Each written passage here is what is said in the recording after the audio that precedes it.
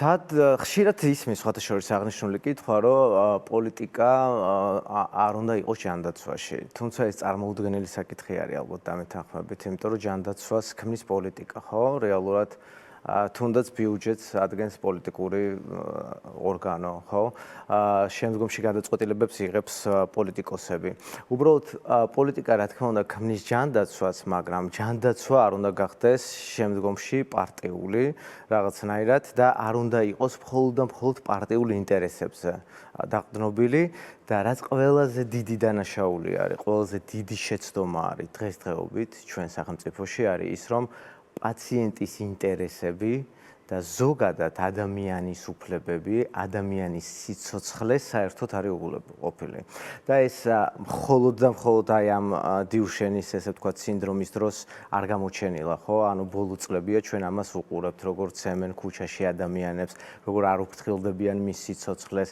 თუნდაც იმ პერიოდში, როდესაც იყო მსგავსი ტიპის საკითხები, ჩვენ საერთოდ არ გვინახავს ჯანდაცვის სამინისტროს ჩართულობა.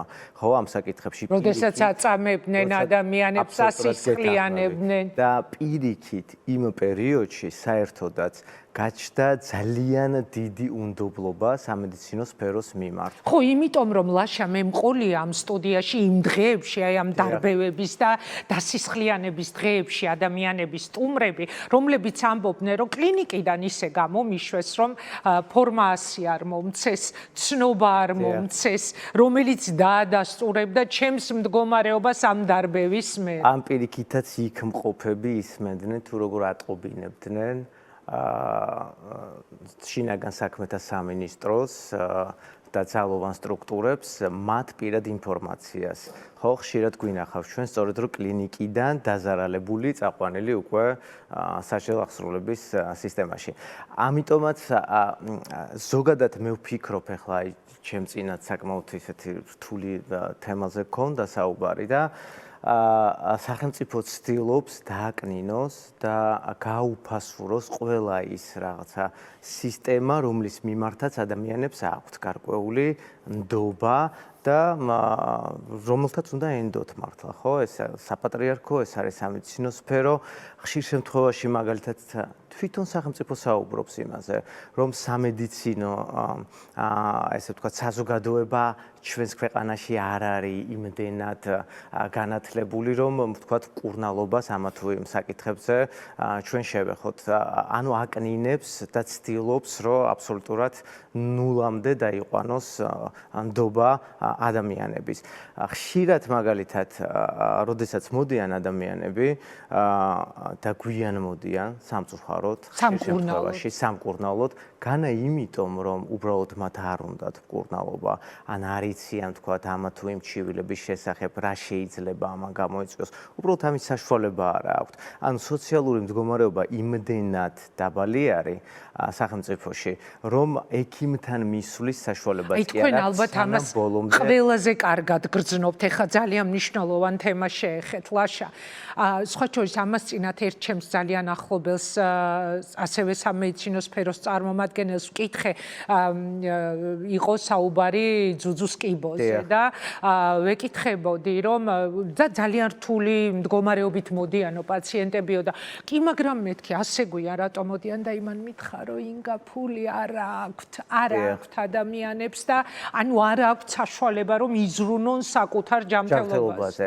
იზრუნონ საკუთარ ჯანმრთელობაზე და იფიქრონ საკუთარ ჯანმრთელობაზე იმდენად სხვა ანუ სოციალურ პრობლემებზე უწევთ ფიქრი. ანუ ფიქრი უწევთ იმაზე დღეს რა აჭამონ თავის ოჯახის წევრებს და იქ არ ფიქრობენ თავიანთ ჯანმრთელობაზე. სწორედ ეს არის პრობლემა. ეხლა მაგალითად ძუძუს კიბოს რო შევეხოთ, ხო, მიუხედავად იმისა, რომ არსებობს და ეს დიდი ხანია უკვე სკრინინგის პროგრამა, აი აქაც ძალიან დიდი დანაშაული მიუძღვის სახელმწიფოს. მაგალითად ძალიან თამამი განაცხადი არის, მაგრამ ჩვენ რომ მივყვეთ ამას საფეხურეობრივად, მაგალითად არსებობს დღესდღეობით სოფლიოში და მათ შორის საქართველოში კიბოს საწინააღმდეგო ვაქცინა.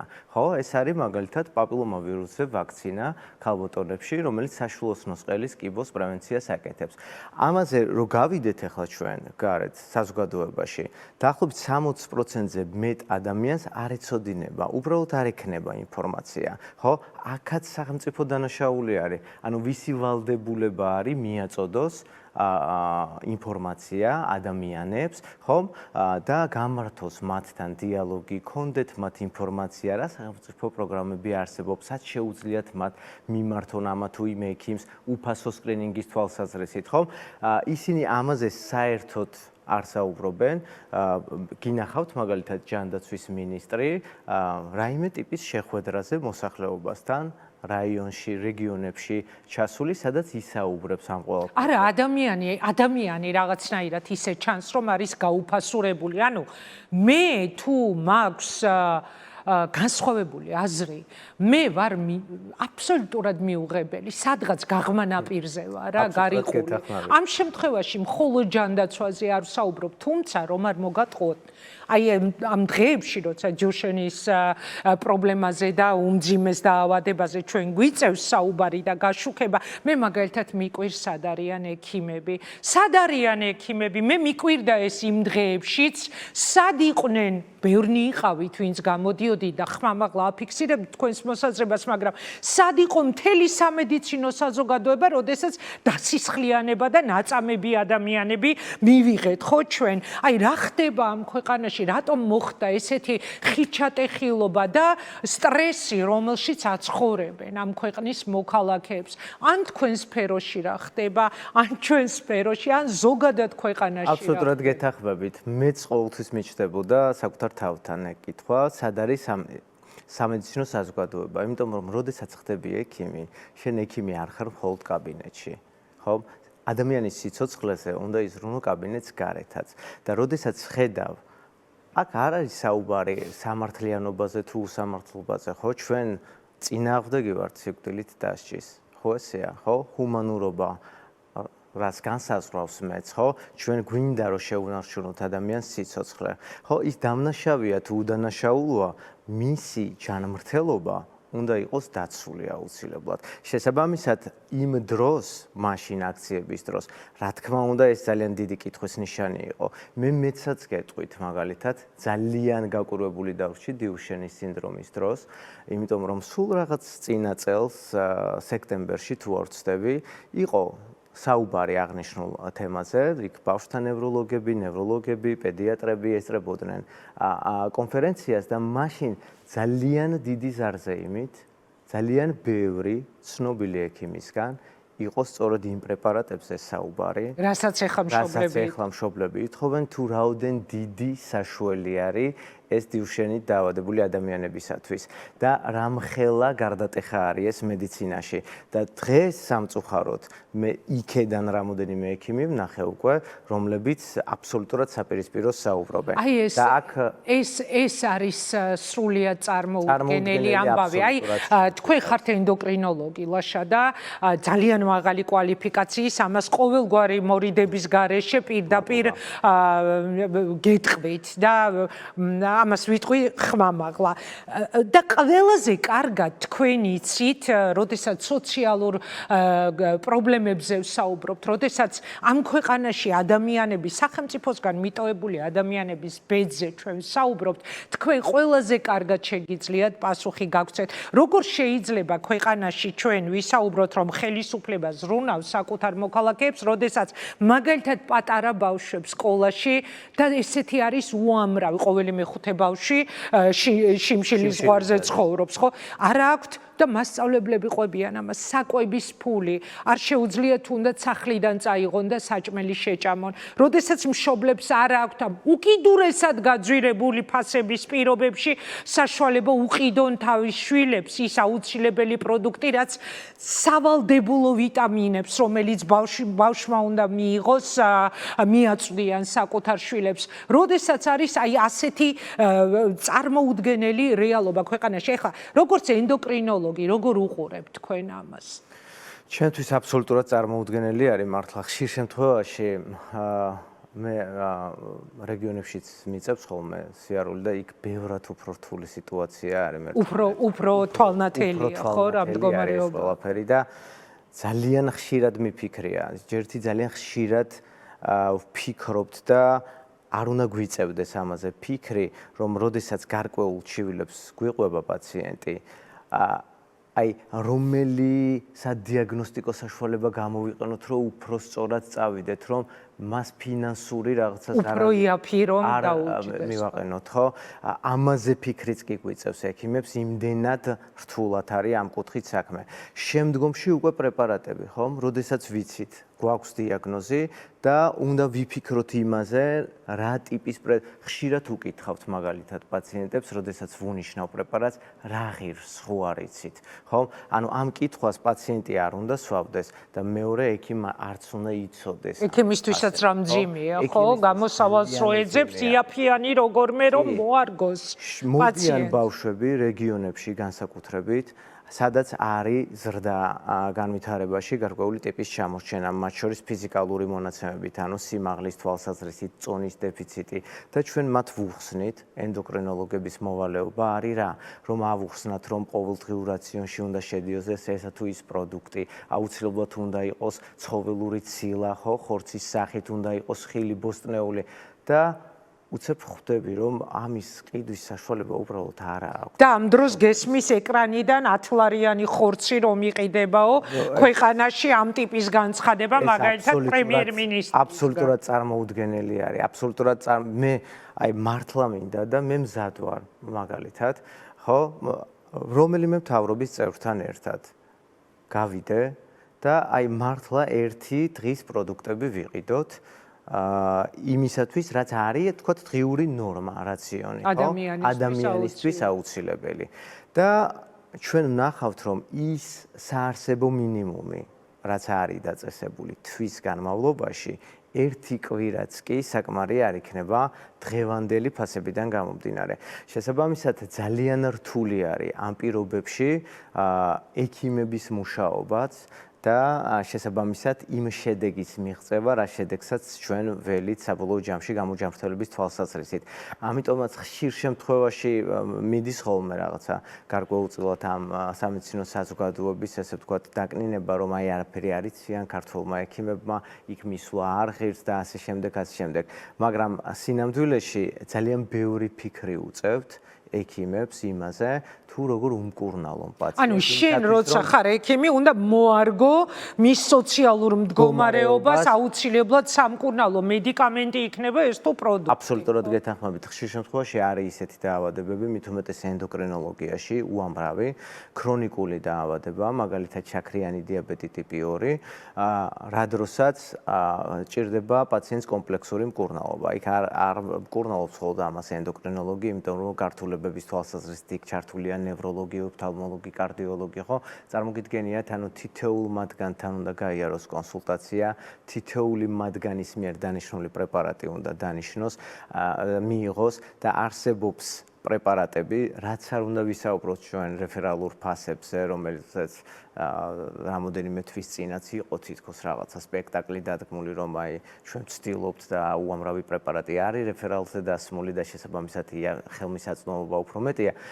ანუ ჩვენ რო დავთვალოთ ეს პრეპარატები, ხო, მინიმუმ სადღაც, ვთქვათ, 5-7 პრეპარატის დალევა უწევს ქრონიკული დაავადების მქონე პაციენტებს და ეს თითოეული მათგანი დაახლოებით სადღაც 40-დან 70 ლარამდე მერყეობს.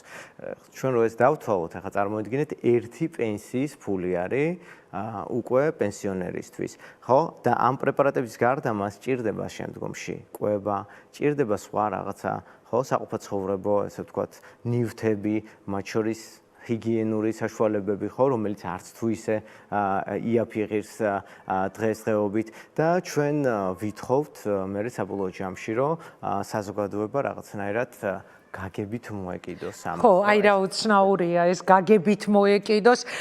ეხლა გამახსენდა წინა გადაცემაშიც ვიხსენებდი სხვათა შორის დაპირება 2012 წელს, როდესაც მოდიოდა ოცნება ხელისუფლებაში, ასეთი დაპირება იყო, ჯერ ხო წარმოუდგენელი, ხო, უფასო, ყველაფერი უფასო, იაფიფული, ბედნიერი ცხოვრება და რომ პირველი წელი იქნებოდა რთული, მეორე შედარებით უკეთესი, მესამე კიდე უფრო, მეოთხე წელს ყველა ქართულ ოჯახს საკუთარ ჯიბეზე უნდა ეგრძნო ეს და დღეს ეხლა მე-14 წელია ხელისუფლებაშია ქართული ოცნება და ეხლა მორიგჯერზე დაიწყეს საუბარი იმაზე, რომ ფასები უნდა გავაიაფოთ. აი, რა ქვეყანა არის შენი თვალით დანახული? მე ადამიანები ჯანდაცვის გადასარჩენად საკუთარი შვილების, ოჯახის წევრები გადიან და ბარდებიან სხვადასხვა ქვეყანას, აი ევროპას მტრებად რო გვიცხადებენ, ბარდებიან რომ რამენაირად გადაირჩინონ თავი და მე ვიცნობ ასეთ ბევრ ადამიანს, მათ შორის ჩემი ძალიან ახლობელი არაერთი ადამიანი წავიდა და ჩაბარდა, ხო? კი, და აი დღესდღეობით მაგალითად როცა საუბრობენ იმაზე, რომ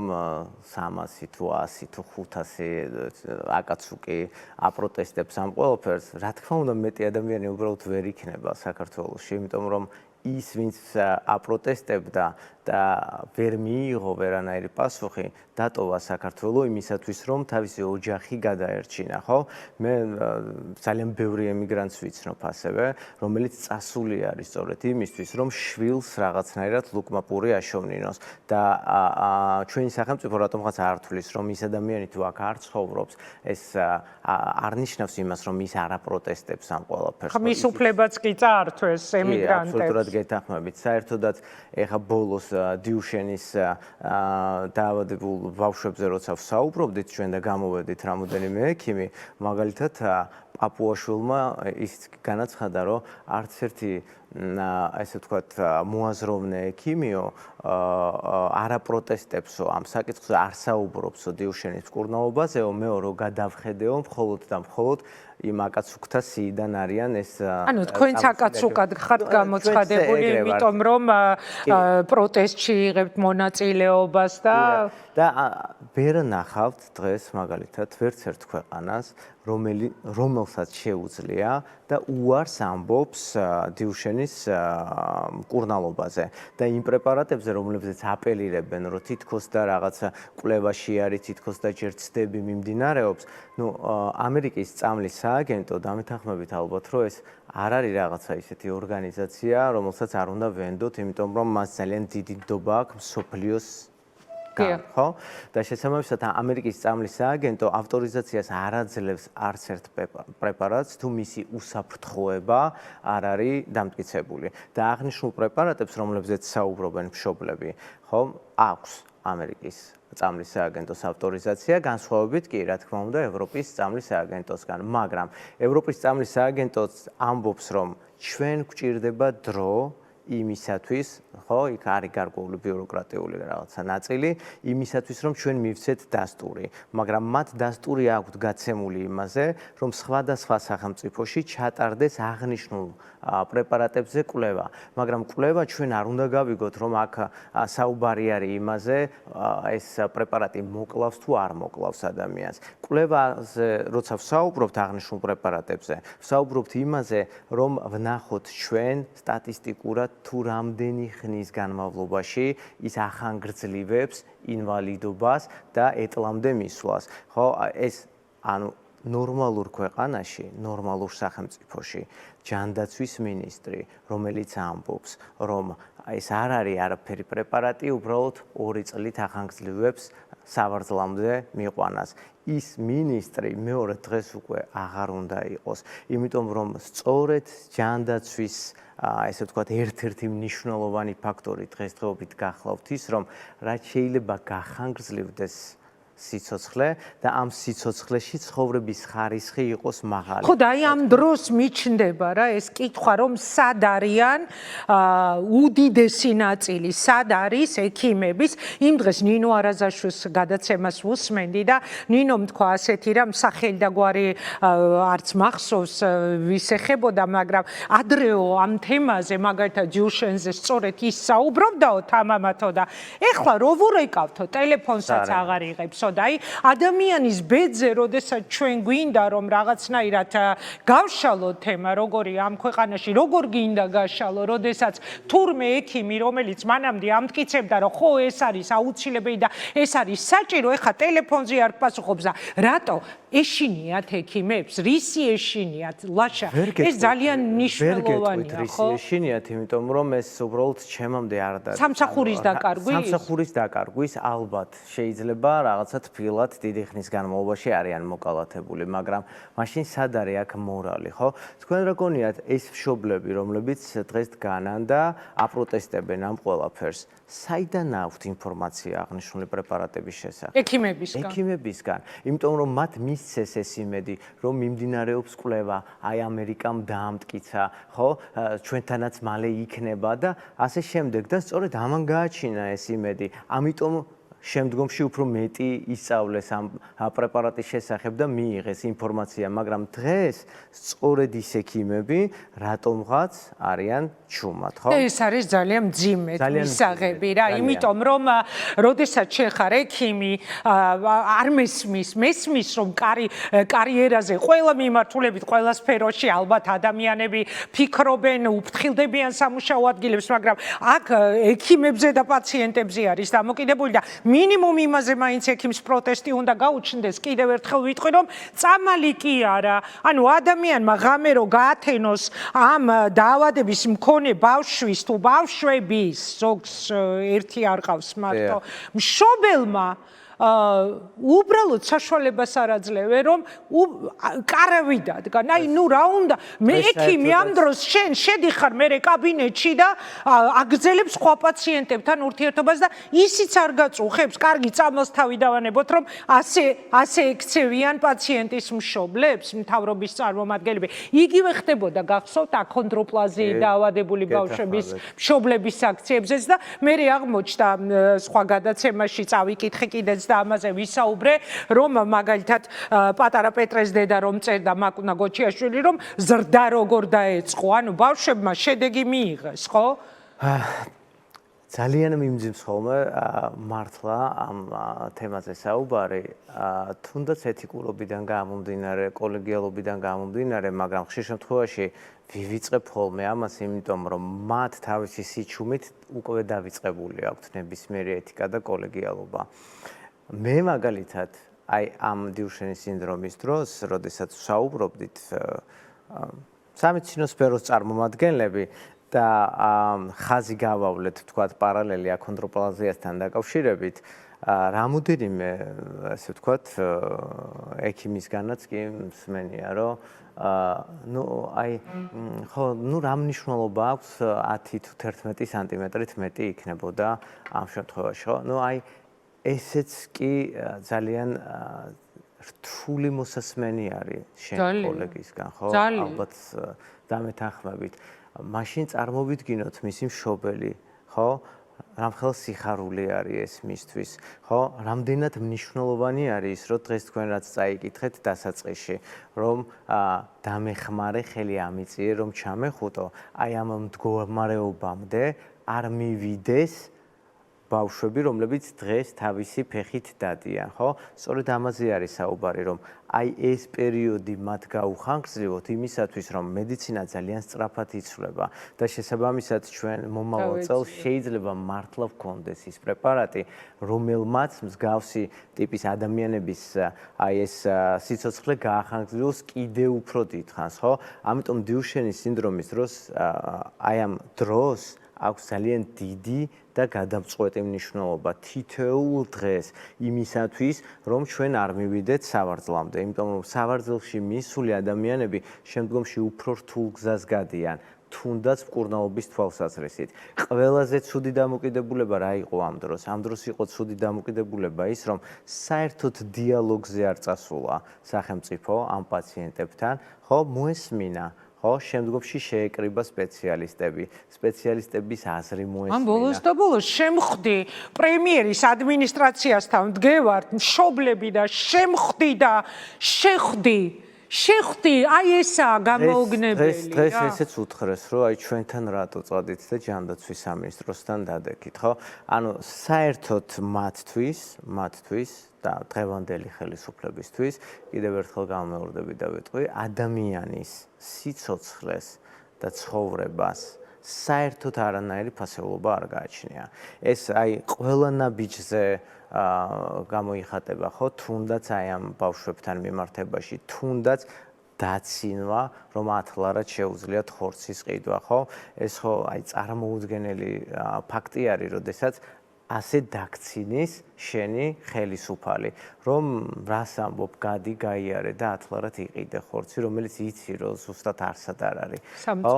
ეს სამწუხარო ფაქტები არის ძალიან. შესაბამისად, აქ ერთი ადამიანი ან კონკრეტული კი არ არის დამნაშავე, აქ სისტემა მუშაობს თვითონ და სისტემა არის მთლიანად შესაძლებელი, იმიტომ რომ ნაბიჯ ეს ყველაფერი გამოსწორდეს საბოლოო ჯამში, ხო?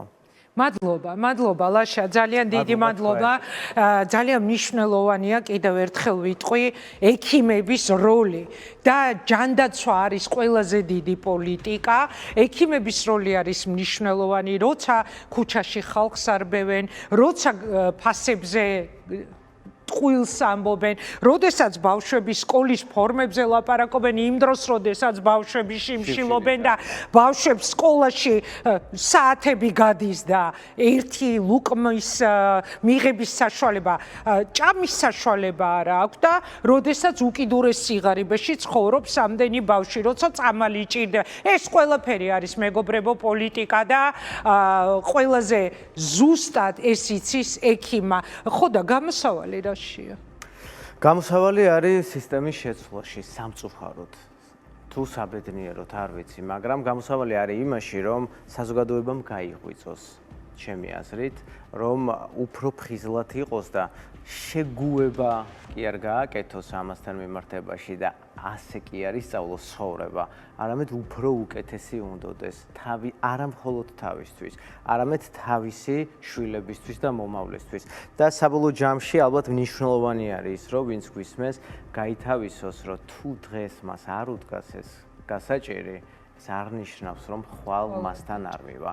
იმიტომ რომ თითეული დაავადებას ჩვენ წინასწარ ვერ განსაზღვრავთ და შემდგომში, როდესაც მას ეს პრობლემა მიუკაკუნებს, შეიძლება ძალიან გვიან იყოს. ამიტომ დღეს სწორედ ამ ადამიანებთან ერთად უნდა ვიდგეთ იმისთვის, რომ საბოლოო ჯამში ჩვენ უკეთესი მომავალი გქონდეს ხვალ. დიდი მადლობა, არაჩვეულებრივი ექიმი, არაჩვეულებრივი ენდოკრინოლოგი. მე ხო იცი ვინმე რომ მეკითხება ხოლმე პირველი მახსენდება ლაშა უჩავა, რა თქმა უნდა. წარმატებას გისურვებ და მადლობა